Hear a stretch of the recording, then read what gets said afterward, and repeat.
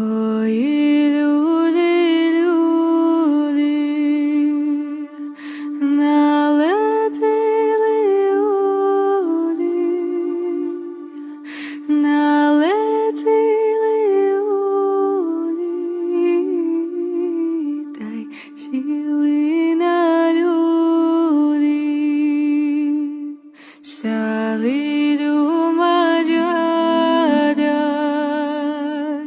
чим дитятко годувати, чи кашкою, чи медком, чи солодким молочком.